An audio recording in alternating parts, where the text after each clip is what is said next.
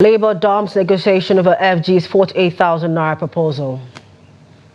Nigerian criticizes state governors over local government autonomy. Kirby airlifts first set of pilgrims to Saudi Arabia. Another foreign state of emergency takes effect in New Caledonia after 4 killed in France riots. Hello and welcome to Trust TV's news update. I am Chiamaka Mwafo.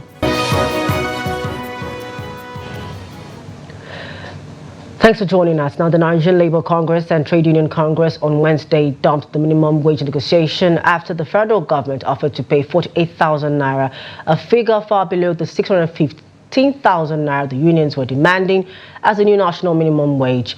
After abandoning the session, the furious Labour leaders summoned an emergency press conference where they vented their displeasure with the offer, describing it as an insult to the sensibilities of Nigerian workers. Speaking at the press conference in Abuja on Wednesday, hours after the stalemate, Ajero disclosed that in contrast to the 48,000 naira offer made by the federal government, the organized private sector proposed an initial offer of 54,000 naira. He blamed the government and the OPS for the breakdown in negotiations, saying, despite earnest efforts to reach an equitable agreement, the less than reasonable action of the government and the organized private sector has led to a breakdown in negotiations. This was the second time in 2 weeks that the negotiation had run into trouble. Reactions have trailed the proposed plan by the federal government to explore pension funds and bridging the infrastructure deficit in the country. Pension funds, according to data from the National Pension Commission, PENCAM, stood at 19.66 trillion naira at the end of March 2024. The Minister of Finance and Coordinating Minister of the Economy, Wale Edun, after the Federal Executive Council meeting on Tuesday, hinted at plans to tap into pension funds as part of efforts to bridge the housing deficit. The Daily Trust investigation showed that guidelines from the National Pension Commission on investable instruments for pension funds do not make provision for the federal government to take pension funds. However, they can only invest in it in approved securities.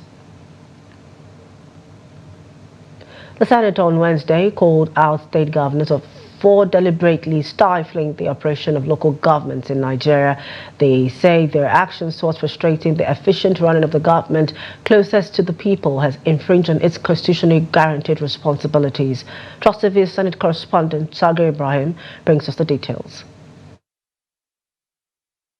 The Senate deliberated extensively on the issues of local government autonomy, especially as it relates to their finances, often hijacked by their state governors in total disregard to the provisions of the 1999 Constitution. It all began when Senator Kausumela Kano South drew the attention of his colleagues to the situation which he claims has rendered the local governments ineffective in the country.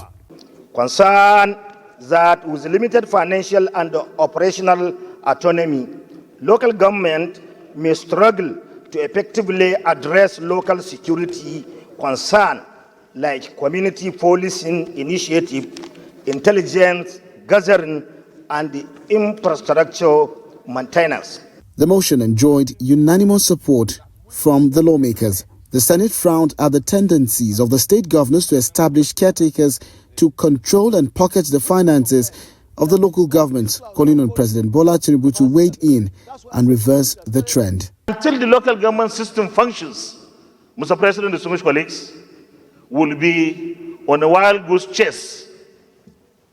Our security will continue to be deleterious. The only way we can solve what is happening in our country today is to return local government money 100% to the local government council and improve the capacity of the people running local government.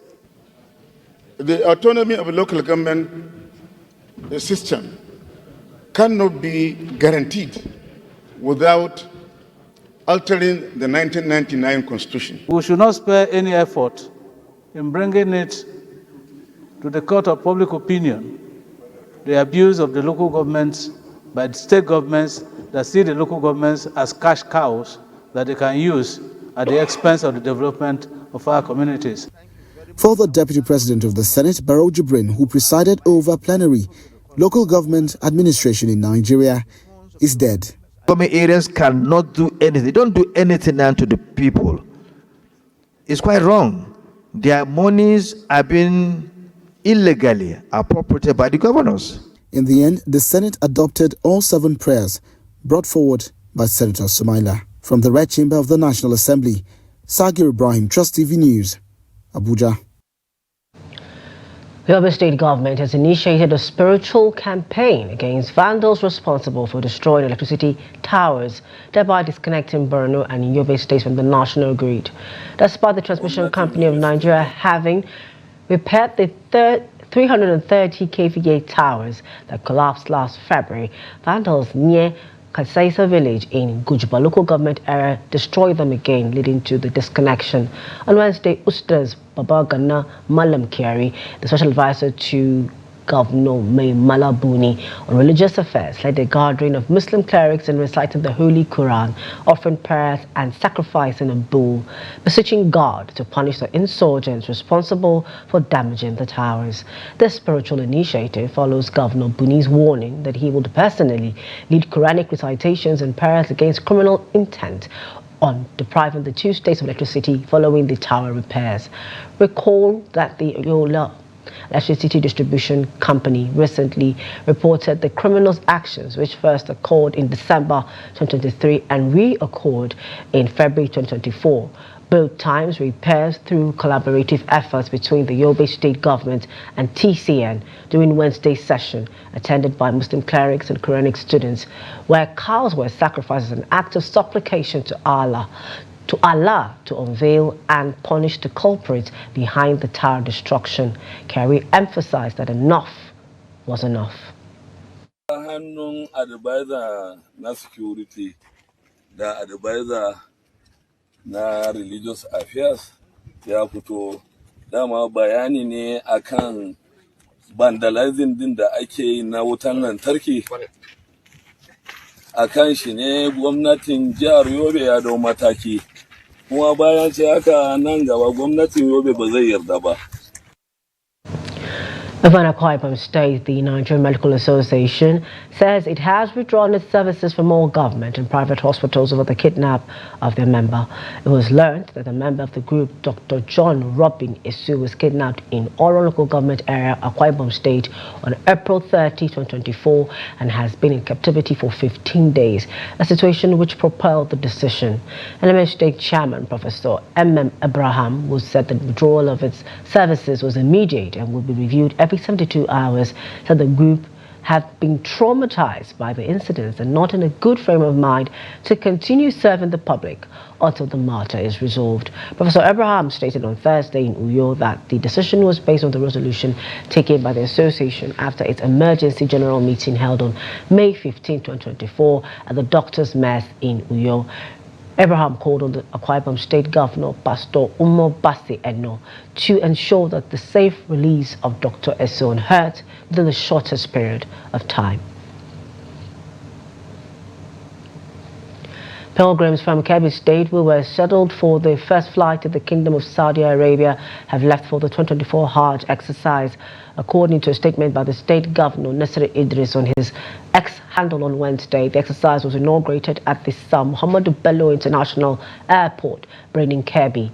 The governor appreciated NARCON for selecting the state as the location for the inaugural flight.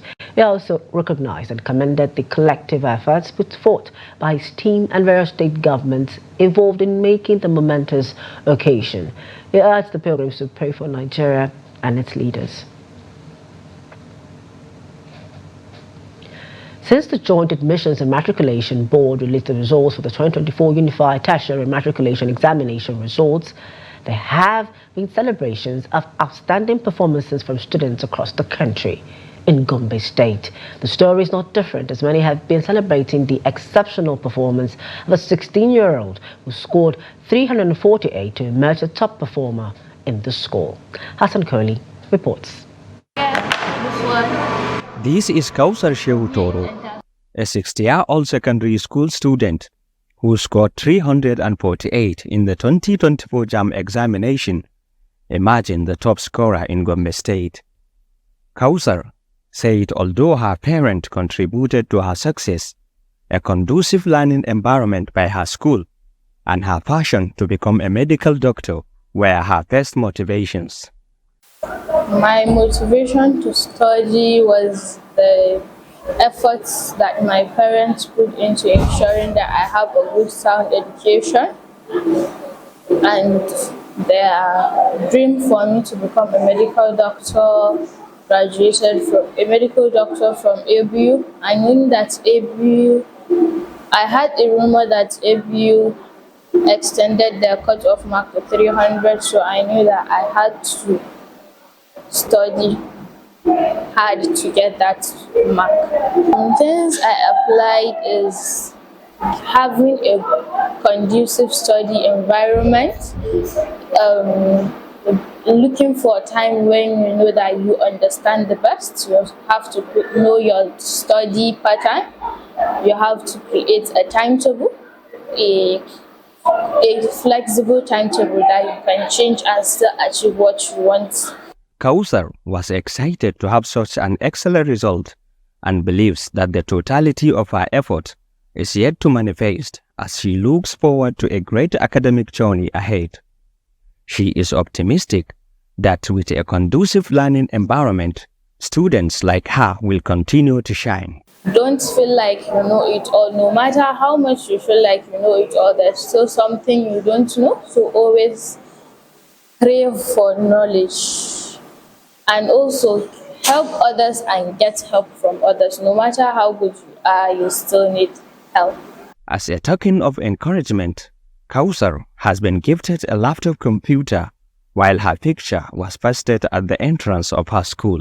Hassan Koli, Trust TV News, Gombe. This is the news update on Trust TV. Still to come.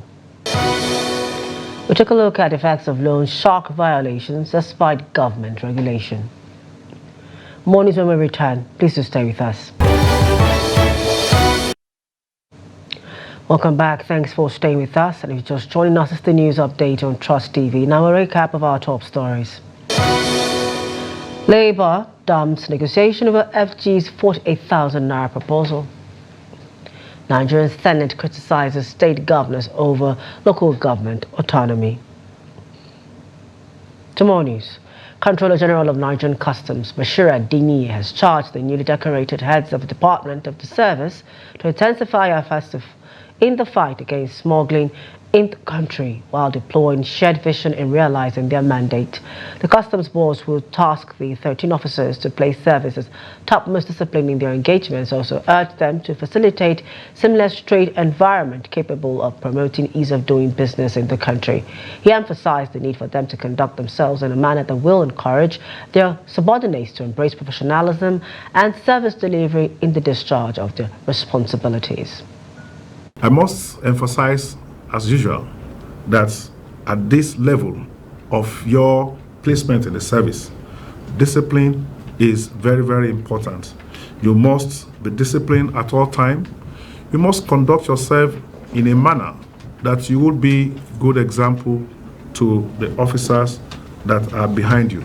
So good conduct, we cannot overemphasize, is important, particularly at this level where you are members of management. As leaders in the service, you will have the responsibility to ensure that this do not happen amongst the ranks and file of officers that you are in charge of.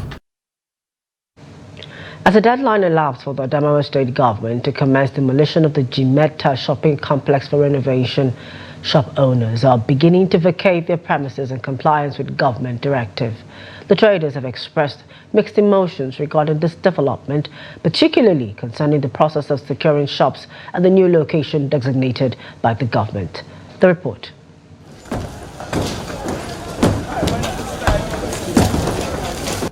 Some shop owners are rushing to move out, while others are taking their time, uncertain about what comes next. The new designated location for traders from the Jima shopping complex is Fallujah Market, as directed by the Adamawa State government to facilitate the continuation of their businesses. The deadline of May 15th has sparked ongoing debate among traders and consumers. Abdulhamid Abubakar, a trader in the market, expressed discontent with the situation, but called for government assistance to ease the transition period. We don't have the place that we go and park our property. First one, we cannot finish that side that Governor Ahmadu Umar Fintiri give us in Adamawa States, like Fallujah markets. We are on processing, we cannot conclude it. That is the problem we're having. But we are parking our property, I will take it to my house and keep it. Traders such as Samson Philibus and Dogara appeal to authorities to erect more temporary structures, emphasizing the need for government to reduce the prices of shops in Fallujah. They noted that traders have no other options due to the government's actions, but urged authorities to consider the plight of the traders. Many of us, more especially like GSM repairers and those that are of no privilege, has not got a location in that place. Almost about 80% of us, we have not gotten a location. And when we go there, they even tell us that we should adhere to their pattern of building, that we should build it in a way that it should be a design of up-story building. And we don't even know whether the governor has assigned it to be a permanent market or just for a year. We don't even know that one. But the people that local government has assigned to give us that places, they are telling us that we should build in a way that they want it. And which is we are pleading to the governor and even to the Commissioner of Commerce and Industry in person of Dr. Ishaya John Dabari, that he should please have a pity on us, that they should allow us to do what our capacity can give us. Today is a very sad day, but we don't have any option. So we know that the governor is trying his best to build Adamawa State. We don't have any option but to abide by the rules and regulations. So we don't have any option but to take out our properties and relocate. Right now we don't know what to do, but we know that he's doing his best for Adamawa State. But my call to him is that he should consider us. I don't know, maybe there is anything only the governor knows and his advisors. They should look for a way in order to make a suitable place for us. Jima Shopping Complex, a popular market for mobile phones in Yola, Adamawa State capital, is set to undergo a remodeling by the Adamawa State government as part of the Fintiri administration's urban renewal program. Gibson So Adigo, Trust TV News, Yola. Now, amidst the prevailing economic hardship in the country, thousands of Nigerians are turning to mobile loan applications for quick cash, despite the risks associated with these unregulated financial schemes. Borrowers from these operators face exorbitant interest rates, harassment, cyberbullying and defamation, which can result in mental health challenges. Trust TV's Ibrahim Ismail examines the psychological effects and legal implications of defamation on customers patronizing loan shark operators in the country. In May of this year, the Federal Competition and Consumer Protection Commission pledged to crack down on online loan platforms that engage in customer harassment. Thousands of Nigerians have been ensnared by these online lenders, whose activities range from semi-regulated to completely deregulated. For 31-year-old Chukuri, the psychological trauma lingers after he took a loan from one such online lender. 2 years ago, he faced severe distress when his pictures were publicly released by the lender due to his inability to repay the debt, leading him to contemplate suicide. They say, "Okay, come and pay your loan, oh. Come and pay your loan, oh. If you don't pay your loan, we go share your this thing." I told them, "You can't do that now. Okay, please give me a little time. I will clear the loan." They started to give me threats on my WhatsApp message. In a day, I can get about 10 to 20 threats, calling me all manner of names. So to the extent that one of their customers have to call me idiot. If you know you cannot pay, you don't have money, why will you take loan and all those things? I said to myself, I will never borrow money from them. Then when I even managed to take another clear that one and collect another one from another people. Those ones told me that they will print obituary and let everybody know that I'm dead until I pay them their money. This one, they will take me to burial of something to recover their loan and all whatnot. In March of this year, the Nigerian Data Protection Commission announced that it is actively investigating hundreds of cases involving privacy violations by loan shark apps. Due to the risk associated with these online shark loans, many Nigerians are opting to steer clear of such easy access to loans. The last message they sent was one of my friends that collected loan and refused to pay. So I don't know. The message was just entering my WhatsApp, telling me to talk to her to pay back the loan she collected, all this kind of. I don't go to loan, I don't go to borrow because I'm coming from poor family. So I don't want to put myself into a problem or my mother to be shut down of all that thing. So rather, I don't go to loan, in short. Beneath the euphoria of easy quick loans, customers of shark loans end up with depression as they fall into the trap of addiction. So for a start, for a person that is not yet there, don't even mess around with loan apps.